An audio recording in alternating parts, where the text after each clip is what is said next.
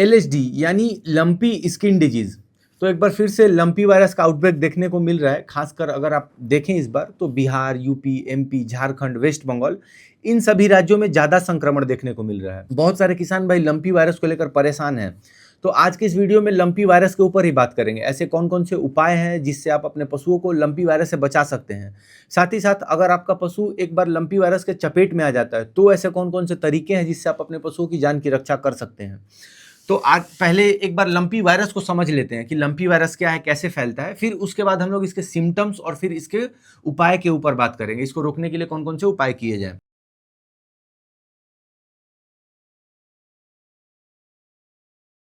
तो देखिए, ये जो लंपी वायरस है ना, ये पशुओं में होने वाली वायरस के द्वारा फैलाई जाने वाली बीमारी है। और जो वायरस इस लंपी स्किन डिजीज को फैलाता है उसका नाम है कैप्री पॉक्स वायरस, जो कि पॉक्स वायरेडे फैमिली से बिलोंग करता है। और ये जो कैप्री पॉक्स वायरस है, इसकी खासियत ये है कि ये हाईली कंटेजियस होता है। यानी अगर एक बार यह वायरस आपके किसी स्वस्थ पशु में प्रवेश कर गया तो ये आपके पूरे फार्म्स के पशु में फैल जाता है। यानी ये तेजी से संक्रमण फैलाता है। और अगर संक्रमण फैलाने की बात करें तो ये वेक्टर स्प्रेड डिजीज के अंतर्गत आता है। अब वेक्टर स्प्रेड डिजीज किसको कहते हैं? तो देखिए, ऐसे डिजीज जो कि कीड़े मकोड़े और पैरासाइट्स के द्वारा एक जगह से दूसरे जगह फैलाए जाते हैं, उसको हम लोग वेक्टर स्प्रेड डिजीज कहते हैं। तो जो आपके फार्म्स पे मच्छर, मक्खियां, जू, चीचड़ जो मौजूद रहते हैं, वो संक्रमित पशु के ऊपर बैठते हैं और वहां से ये वायरस उन पशु जो कीड़े मकोड़े हैं उससे चिपक जाता है। और उसके बाद ये जो जू, चीचड़ जो इंसेक्ट्स हैं जो स्वस्थ पशु के ऊपर चले जाते हैं। तो वहां से ऐसे क्या होता है कि ये वायरस एक जगह से दूसरे जगह फैलता है। उसके अलावा अगर आपका संक्रमित पशु डायरेक्ट स्वस्थ पशु के संपर्क में आ जाता है, स्लाइवा, नेजल डिस्चार्ज या फिर दूध के जरिए, अगर अगर जो गाय है उसका अगर बछड़ा दूध पी लेता है, अगर गाय संक्रमित है तो वहां से भी यह वायरस ट्रांसफर हो जाता है बछड़े में। उसके अलावा अगर आप देखा जाए तो जो खाने की नादी है या फिर पीने का जो पानी है, जो मशीनरी वगैरह, इक्विपमेंट्स वगैरह इस्तेमाल होते हैं डेयरी फार्मिंग में, जैसे कि अगर मान लीजिए संक्रमित पशु और स्वस्थ पशु एक ही जगह पर पानी पी रहे हैं तो वहां से भी यह वायरस एक पशु से दूसरे पशु में फैलता है। अब एक बार अगर यह वायरस आपके स्वस्थ पशु तक पहुंच गया तो ये पशु के शरीर के स्किन सेल्स में अपना घर बनाता है और वहां तेजी से अपनी संख्या में वृद्धि करना चालू करता है। स्किन्स के जो अलग अलग लेयर्स हैं, एपिडर्मिस, डर्मिस, सबक्यूटेनियस टिश्यू यानी कि हाइपोडर्मिस, उसके अलावा लिम्फेटिक टिश्यू जो है वहां पे टेंडन्स में ये तेजी से मल्टीप्लाई करता है। टेंडन्स उसको बोलते हैं जहां पे हड्डी जो है मांस से जुड़ा होता है, उसी को टेंडन्स बोलते हैं। तो इन सारी जगहों पे जो वायरस है अपना घर बनाता है और वहां पे अपनी तेजी से संख्या में वृद्धि करना चालू करता है। दो बातें और समझ लीजिए इस वायरस के बारे में। एक तो यह कि इस वायरस को एरोसोल स्प्रेड डिजीज के अंतर्गत नहीं रखा गया है। एरोसोल स्प्रेड डिजीज उसको बोला जाता है जो कि हवा में एक जगह से दूसरे जगह फैलते हैं। इसको वेक्टर स्प्रेड डिजीज के अंतर्गत रखा गया है। जैसे ट्यूबरकुलोसिस है, ये एरोसोल स्प्रेड है, यानी कि हवा में इसके वायरस ट्रेवल करते हैं और एक जगह से दूसरे जगह पहुंच जाते हैं। लेकिन लंपी वायरस जो है ये वेक्टर स्प्रेड है, यानी कि ये कीड़े मकोड़ों और पैरासाइट्स के थ्रू एक जगह से दूसरे जगह ट्रेवल करता है। उसके अलावा दूसरी बात यह है कि ये जूनेटिक डिजीज भी नहीं है। जूनोटिक वैसे डिजीज को कहा जाता है जो कि पशुओं से इंसान में प्रवेश कर जाता है। अगर एग्जाम्पल से मैं आपको बताऊं तो ब्रुसेलोसिस एक ऐसी बीमारी है जो कि फीमेल मतलब गायों को होती है। गायों में जो एबॉर्शन हो जाता है ये ब्रुसेलोसिस के कारण होता है। तो ब्रुसेलोसिस इंसानों में भी डेवलप होने लगता है। तो ये जो लंपी स्किन डिजीज है ये जूनोटिक डिजीज नहीं है। जूनोटिक आप समझ गए कि क्या होता है। अब सिम्टम्स की बात कर लेते हैं कि एक बार जब वायरस आपके पशु के शरीर में प्रवेश कर जाता है तो कौन कौन से लक्षण देखने को मिलते हैं। तो देखिए, जैसे ही ये वायरस आपके पशु को सबसे पहले आपके शरीर में प्रवेश करता है तो ये अपनी संख्या में वृद्धि करता है। और संख्या में वृद्धि करने के बाद सबसे पहला जो इम्पैक्ट डालता है कि पशु को इम्यूनिटी को पूरी तरह से तोड़ देता है। अब पशु की जब इम्यूनिटी टूट गई तो अब सबसे ज्यादा जो डर बना रहता है इस वायरस से वो होता है सेकेंडरी बैक्टीरियल ग्रोथ का। पशु कमजोर है इम्यूनिटी वाइज तो अलग से जो बैक्टीरियल इन्फेक्शन होने का डर रहता है ये इस वायरस के होने के दौरान बढ़ जाता है। पशु की इम्यूनिटी वीक हो जाती है। उसके अलावा पायरेक्सिया यानी कि हाई फीवर बना रहता है पशु के शरीर में। 103 डिग्री फ़ारेनहाइट से ऊपर आपको तापमान देखने को मिलेगा पशु का। फिर उसके बाद आपको जो सबसे ज्यादा जो सिम्टम्स में देखने को मिलेगा, पशु के शरीर पे गांठें बन जाती है वो। उसके अलावा इनलार्जमेंट ऑफ लिम्फ नोड्स यानी कि पशु के शरीर में सूजन बनी रहती है। ब्रिस्केट्स रीजन में अगर आप देखेंगे तो सूजन बनी रहती है। फिर जो ये वायरस है टेंडन्स में भी तेजी से इंपैक्ट डालते हैं तो जो टेंडन्स में भी सूजन बनी रहती है, आपको एडिमा देखने को मिलेगा। तो पशु क्या होता है कि कई कई पशु के पैरों में अकड़न चालू हो जाती है और पशु कई कई दिन तक बैठ नहीं पाता है। उसके अलावा आपको नेजल डिस्चार्ज देखने को मिलेगा। लैक्रिमेशन यानी कि आंख से पानी आना ये भी आपको देखने को मिलेगा। साथ ही साथ क्लाउडी आई भी देखने को मिलता है, यानी कि आंखों में, पशु के आंखों में सफेदी। फिर आप देखेंगे सिम्टम्स में कि पशु हाइपर सैलिवेशन यानी कि बहुत ज्यादा पशु के मुंह से गाज निकल रहा है। अब इसके अलावा आपको जो पशु है वो खाना कम खाना चालू कर देता है, दूध में कमी देखने को मिलती है, और अगर पशु एडवांस स्टेज में प्रेग्नेंट है तो वहां पे आपको एबॉर्शन भी देखने को मिलेगा। यह वायरस ब्लड स्ट्रीम के साथ पशु के रिस्पायरेटरी ट्रैक तक भी पहुंच जाता है, फिर पशु को सांस लेने में तकलीफ होती है। अब ये जो केस है ये थोड़ा सा क्रिटिकल केस है। यहाँ पे क्या होता है कि पशु को चोक की स्थिति डेवलप हो जाती है, और इसमें क्या होता है ना कि तुरंत पशु का जान जा सकता है। तो ये एक बहुत क्रिटिकल केस है जब वायरस जो है रिस्पायरेटरी ट्रैक को अटैक कर देता है। तो ये सारी बातें हो गई सिम्टम्स को लेकर, कौन कौन से आपको सिम्टम्स देखने को मिलेंगे जब आपका पशु वायरस की चपेट में आ जाएगा। अब बात कर लेते हैं अप्रोच के ऊपर, यानी इस वायरस से लड़ने के लिए अप्रोच कौन सा हम लोग फॉलो करते हैं। तो पहले इस बात को समझ लीजिए कि देखिए, अगर एक बार ये जो वायरस है कैप्रीपॉक्स आपके पशु के शरीर में प्रवेश कर गया तो अब वायरस से लड़ने के लिए डायरेक्ट कोई इलाज नहीं है, यानी हम लोग डायरेक्टली वायरस को आपके शरीर पशु के शरीर से बाहर नहीं कर सकते हैं। वायरस अपने पूरे अवधि को पूरी करेगा, जो भी 14 से 18 दिनों की जो इसकी अवधि रहती है उसको पूरी करेगा, और जो जो लक्षण है वो दिखेंगे, पशु का शरीर इम्यूनिटी कमजोर होगा, और इस दौरान अगर आपका पशु झेल गया तो पशु बच जाता है। और अगर पशु की ज़्यादा इम्यूनिटी कमजोर हो गई या फिर वायरस जो रिस्पायरेटरी ट्रैक को इन्फेक्ट कर गया तो ये सारी जो केसेज है ये क्रिटिकल केसेज हो जाते हैं। अब यहाँ पे हम लोग जब वायरस से पशु को सुरक्षित रखने की बात होती है तो यहाँ पे हम लोग दो अप्रोच को फॉलो करते हैं। एक तो ये कि हम लोग इस बात का ध्यान रखते हैं कि सेकेंडरी बैक्टीरियल ग्रोथ ना हो। अब पशु की इम्यूनिटी वायरस के कारण कमजोर हो जाती है, तो यहाँ पे जो वातावरण के जो परजीवी हैं ये पशु पे अपना इफेक्ट न डालें, इस बात का ध्यान रखते हैं। उसके साथ साथ पशु का इम्यूनिटी जब कमजोर हुआ है तो पायरेक्सिया यानी कि जो तापमान बढ़ जाता है, इसके साथ साथ जो इडीमा का जो केस आता है, पशु के शरीर में जो सूजन दिखती है वो, तो यहाँ दो बातों का हम लोग ध्यान रख रहे हैं। एक तो ध्यान रख रहे हैं कि सेकेंडरी बैक्टीरियल ग्रोथ ना हो, और दूसरा हम लोग पशु के इम्यूनिटी को कमजोर नहीं होने देते, किसी प्रकार से कोशिश करते हैं कि पशु का जो इम्यूनिटी है, रोग प्रतिरोधक क्षमता, वो मैक्सिमम बना रहे। तो यहाँ दो बातों को लेकर हम लोग आगे बढ़ेंगे। अब ये सारी बातें हो गई अप्रोच को लेकर। अब बात करते हैं प्रिवेंशन, यानी कि बचाव में क्या क्या किया जा सकता है। तो देखिए, लॉन्ग टर्म में सबसे अच्छा तो ये है कि वैक्सीनेशन, सबसे अच्छा रिजल्ट है वैक्सीनेशन का। लेकिन वैक्सीनेशन तभी काम करेगा जब आपका पशु संक्रमित नहीं है। यानी पशु में सबसे पहली बात तो आपको ये रखना है कि आपको रेगुलर यानी शेड्यूल्ड ईयरली वैक्सीनेशन कराते रहना है। वैक्सीन, अगर आपका एक बार पशु वैक्सीन हो जाता है तो इस वायरस से इम्यून हो जाता है, फिर यह वायरस आपके पशु को संक्रमित नहीं कर सकता है। लेकिन वायरस तभी काम करेगा जब यह वायरस का स्प्रेड देखने को नहीं मिलता है तब। अब कई बार लोग क्या करते हैं ना कि जब आपका पशु संक्रमित हो जाता है तब जगते हैं और तब वैक्सीनेशन कराते हैं। तो वैक्सीनेशन उस समय करने का कोई फायदा ही नहीं है, और जब पशु संक्रमित है तो वैक्सीनेशन कर भी नहीं सकते हम लोग।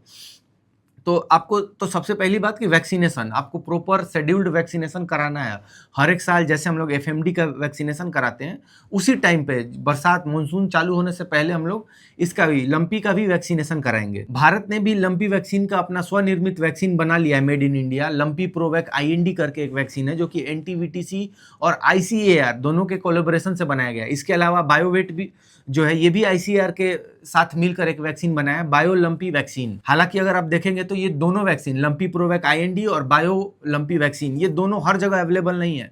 अभी उसकी जो पहुंच है लास्ट माइल तक नहीं हो पाई है। तो इसके जगह पे अगर आपको डायरेक्ट अगर आपको लंपी वायरस का वैक्सीन नहीं मिलता है तो उस केस में आप गोट पॉक्स वैक्सीन का इस्तेमाल कर सकते हैं। और गोट पॉक्स वैक्सीन भी सेम काम करता है, आपको पूरी तरह से इम्यून कर देता है आपके पशुओं को लंपी वायरस से। अब गोट पॉक्स वैक्सीन में भी आपको IIM का आप इस्तेमाल कर सकते हैं, जो रक्षा गोट आता है IIM का, इंडियन इम्यूनोलॉजिकल्स का, उसका इस्तेमाल कर सकते हैं। या फिर एक कंपनी है हेस्टर्स, वो भी गोट पॉक्स वैक्सीन बनाती है, तो आप उसका भी इस्तेमाल कर सकते हैं। दोनों बेहतर काम करता है लंपी वायरस वैक्सीन में।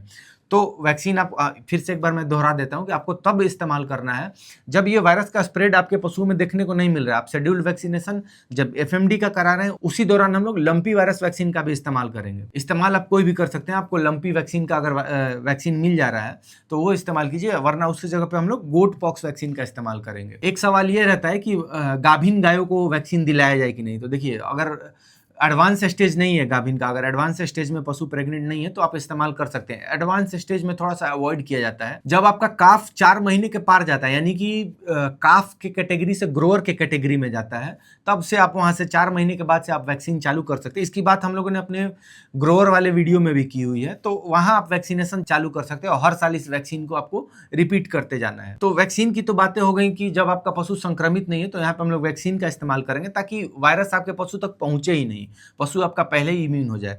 लेकिन आपने वैक्सीन नहीं दिलाया और अभी आपका पशु संक्रमित हो गया, तब कौन कौन से उपाय हैं। तो यहाँ पे हम लोग सिम्टमेटिक ट्रीटमेंट करते हैं पशु की, यानी जिस तरह का लक्षण दिखेगा उस हिसाब से हम लोग उसका इलाज करते हैं। और दो बातों का वही ध्यान रखते हैं, एक तो पशु का इम्यूनिटी को कमजोर नहीं होने देना है, पशु, और दूसरा सेकेंडरी बैक्टीरियल ग्रोथ को हम लोग रोकते हैं, यानी कि अन्य जो पैरासाइट्स हैं वो पशु के ऊपर हावी ना हो जाए, इस बात का ध्यान रखते हैं। और इसी बात का ध्यान रखते हुए हम लोग पशु का सिम्टोमेटिक ट्रीटमेंट करते हैं। अब अगर सबसे पहले अगर आपका पशु संक्रमित हो जाता है तो सबसे पहले काम जो आपको ये करना है कि आपको संक्रमित पशु को बाकी पशुओं से अलग कर देना है और उसको अलग से कहीं रखना है, उसको क्वारंटीन में रखिए, बाकी पशुओं के संपर्क में ना आने दीजिए, उसकी हर एक व्यवस्था अलग से कीजिए। साथ ही साथ अपने फार्म पे साफ सफाई बनाए रखिए, मच्छर मक्खियों को अपने फार्म से दूर रखिए, ताकि जो वायरस फैलने का चांस है ये बहुत हद तक कम हो जाएगा। तो अब बात कर लेते हैं मेडिकेशन के ऊपर, कौन कौन सी दवाओं का ऑप्शन अवेलेबल है आपको लंपी वायरस के दौरान।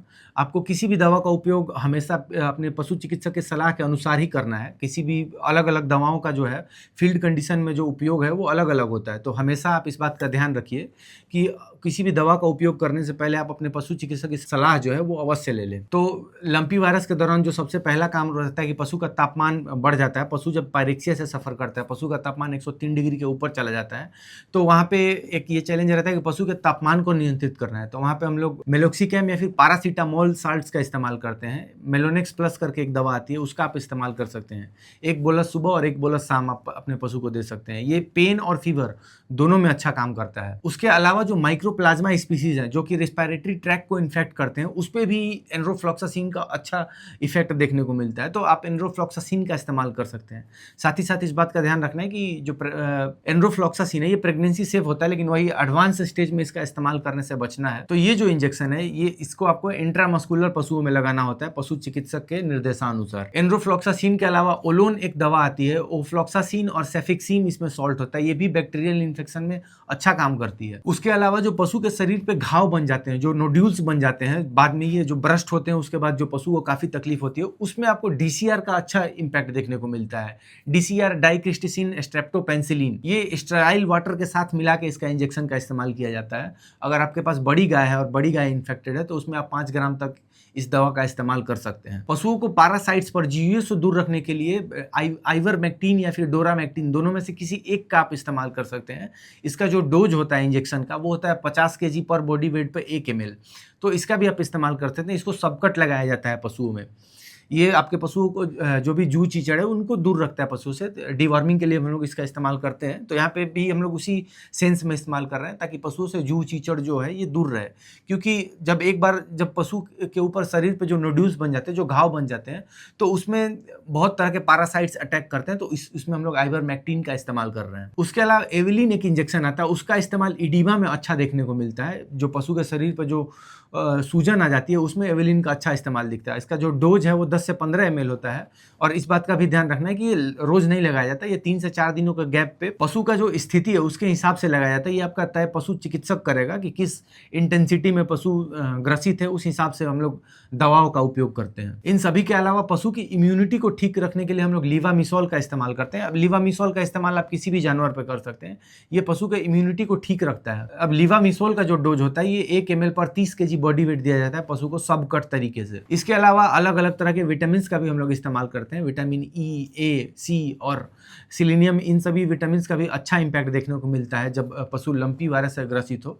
तो इम्यूनिटी को ठीक करने के लिए अलग से हम लोग विटामिन वगैरह का भी इस्तेमाल कर सकते हैं। ट्राइवीवेट करके एक दवा आती है, उसका भी इस्तेमाल आप कर सकते हैं। तो ये सारे एंटीबायोटिक्स हो गए। अब इस बहुत सारे लोग स्टेरॉइड्स का भी ऑप्शन शुरू में ही देखने लगते हैं। जब पशु ग्रसित होता है तो बहुत सारे लोग स्टेरॉइड्स का इस्तेमाल करने लगते हैं। प्रेडनिसिलोन या फिर मिथाइल प्रेडनिसिलोन का मार्केट में बहुत सारा यूज देखने को मिलता है। आपको शुरू में कोशिश करना है कि स्टेरॉइड्स का इस्तेमाल ना करें, क्योंकि स्टेरॉइड्स का इंपैक्ट तो जल्दी देखने को मिलता है, लेकिन जो इसके साइड इफेक्ट्स हैं उसका वो भी ज़्यादा देखने को मिलता है। तो हो सके जहाँ तक तो स्टेरॉइड्स को हम लोग अवॉइड करते हैं। जो नोड्यूल्स बने हुए हैं, जो घाव शरीर पे जो पशु के बन जाता है, उसमें एंटीसेप्टिक कोई लोशन का भी आप इस्तेमाल कर सकते हैं, या फिर स्प्रे का इस्तेमाल कर सकते हैं आप। टॉपिक्योर करके एक आता है, चर्मिल का इस्तेमाल कर सकते हैं, हीमैक्स है, बहुत सारे लोशन आपको मार्केट में मिल जाएंगे। तो किसी एक का आप इस्तेमाल आप पशु के शरीर पे आप कर सकते हैं, लेप लगाने के लिए या फिर स्प्रे करने के लिए। एलोपैथी के अलावा आयुर्वेद में भी हमारे पास कुछ ऑप्शन मौजूद रहते हैं बैक्टीरियल इन्फेक्शन को रोकने के लिए या फिर पशु की इम्यूनिटी को ठीक करने के लिए। एक तो है कि आप पशु के शरीर पे हल्दी और जो नारियल का तेल होता है उसका आप लेप कीजिए। उससे भी जो पशु के जो शरीर पे जो नोड्यूल्स बने हुए हैं या फिर जो इन्फेक्शन जो फैलने का डर रहता है वो कम हो जाता है। साथ ही साथ आप पशु को काढ़ा दे सकते हैं। परिजात का जो पौधा आता है ना, परिजात के पौधे का आप इस्तेमाल कर सकते हैं। उसका काढ़ा आप बनाइए, गुड़ और हल्दी मिला दीजिए उसमें, और वो आप अपनी पशुओं को दीजिए। उसके अलावा फिटकिरी से स्नान भी आप करा सकते हैं, ये भी आपके पशु के स्किन को ठीक रखता है। तो इन सारी चीज़ों का भी आप इस्तेमाल कर सकते हैं। फोकस ये रखना है कि पशु का इम्यूनिटी को जितना आप अच्छा रख पाएँ अलग अलग हर्ब्स का इस्तेमाल करके वो कीजिए। नीम का भी इस्तेमाल बहुत लोग करते हैं। इम्यूनिटी को ठीक रखना है और ये बात का ध्यान रखना है कि सेकेंडरी बैक्टीरियल ग्रोथ का जितना से जितना आप काबू कर पाएँ, ये आपको काबू करके रखना है। तो आपका पशु जो धीरे-धीरे आपका जो लंपी वायरस है, ये पशु उसके प्रति इम्यून हो जाता है। एक बात और है कि आपको वैक्सीनेशन नहीं छोड़ना है। अगले बार से आपको इस बात का ध्यान रखना है कि आप शेड्यूल्ड वैक्सीनेशन सारे जानवरों को लंपी वायरस से कराएँ। बाकी ये सारी बातें हो गई लंपी स्किन डिजीज़ के बारे में। जितना सरल से सरल हो सके उतना मैंने बताने का प्रयास किया है। उम्मीद करते हैं आप इसी तरह से सीखने का कार्यक्रम जारी रखेंगे। इसी तरह से सीखते रहें और पशुपालन में आगे बढ़ते रहें। मैं पुनः आपसे मिलूँगा कुछ और नई जानकारियों के साथ अगले वीडियो में। इस वीडियो को देखने के लिए बहुत-बहुत धन्यवाद दोस्तों।